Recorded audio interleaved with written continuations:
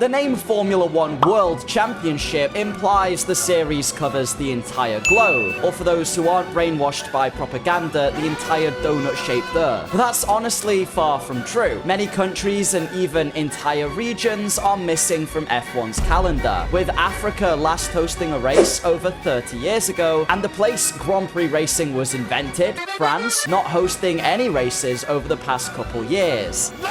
Then again, that's probably down to the beautiful Magny-Cours circuit being replaced by a glorified car park. But there's one region that, despite being home to world champions and almost always hosting at least one race, until recently, Formula One was unable to get a grasp over, and they could once again be pushing this new audience away. It is, of course, the big old burger-eating land of the free, the United States. Formula One and the USA are not a new partnership. The Indy 500, for example, was a part of the F1 calendar from the championship's conception and would remain there until 1960. And the next year, in 1961, Formula One saw its first American champion in the form of driver Phil Hill. But this is where you can start to potentially see some reasons for the distaste towards F1 in the USA, with many fans labeling Phil Hill as the least deserving world champion. This was mostly due to the events that would take place in the second to last round of the season, with Hill's championship rival Wolfgang von Trips going into the race at Italy with a 4-point lead over Phil, and Wolfgang was starting the race on pole position. However, at the end of lap 2, von Trips made contact with the car of Jim Clark, which caused him to lose control and go flying towards the spectators lining the sides of the circuit. The crash would cause the fatalities of not just von Trips, but 15 spectators as well. Surprisingly, the race was not called off, and upon restart, Phil Hill took the win, and therefore he took the championship by just 1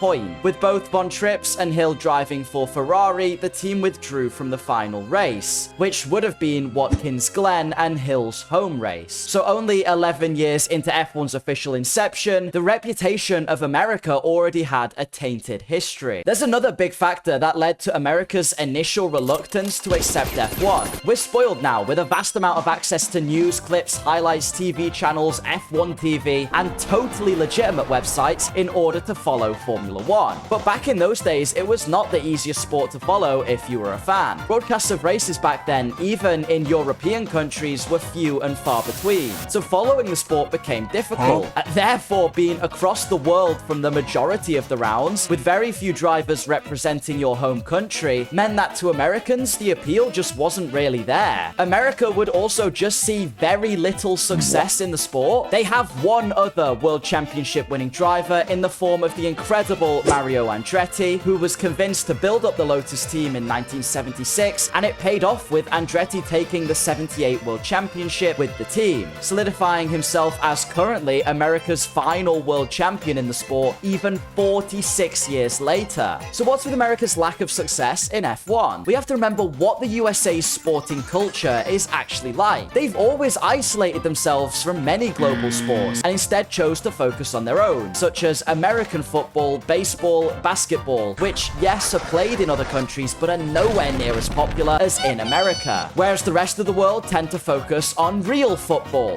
rugby or cricket, and more. The same goes for racing too. While much of the rest of the world turns to F1 for its motorsports entertainment, America has got its homegrown series, with NASCAR being absolutely massive over there, and IndyCar trying to provide as an F1 rival. And due to the fact that as humans, we're all just a little bit stupid, instead of enjoying all of these sports for what they are, many people create these rivalries in their head that F1 is better than NASCAR or NASCAR's better than F1. So instead of having fans who enjoy both, they actively hate the other. Again, this just makes it more difficult for F1 to cultivate an American fan base. And for a long time, this was the case. The USA had a perception of Formula One being a pretentious European sport that they couldn't get involved with. And I mean, just watch a film like Talladega Nights and that perception is in there. But the thing is, we'll get to how that stereotype is sort of true later on. That's not to say, though, in this time period, there wasn't attempts made to get the country involved. They've always hosted a race, and there was even attempts of giving them a team like US F1. Despite that, none of it ever really worked until a couple years ago when F1 had a breakthrough and seemed to crack into that American market. When Drive to Survive released, it caught a lot of the country's attention and garnered the sport a whole bunch of new fans who had possibly never been interested in motorsports, let alone F1 before. And from there, the floodgates were open, with Haas being in the sport for American fans to root for, more Grand Prix were to take place within the country, and currently we have 3 happening in the USA, with COTA taking the American Grand Prix title, and Miami and Las Vegas events also occurring. But in recent years, the success F1 thought it had found has been slipping away to an extent, and it all starts with Haas. When you're dealing with a group of people as patriotic as most Americans are, it's important to give them a home favorite to root for, and in F1 that was meant to be Haas, an American team big in NASCAR, taking it to F1 to show them what the US can do. The only problem is they suck. Realistically, as a customer team of Ferrari on a vastly limited budget, they're never really going to be fighting at the front. So how many Americans are really going to want to support a team perpetually struggling in the midfield of the sport? But then a different hope arose. The Andretti racing team offered to buy a spot in F1. They began developing a car, negotiating and securing power unit deals with American motoring giant General Motors to be an actual proper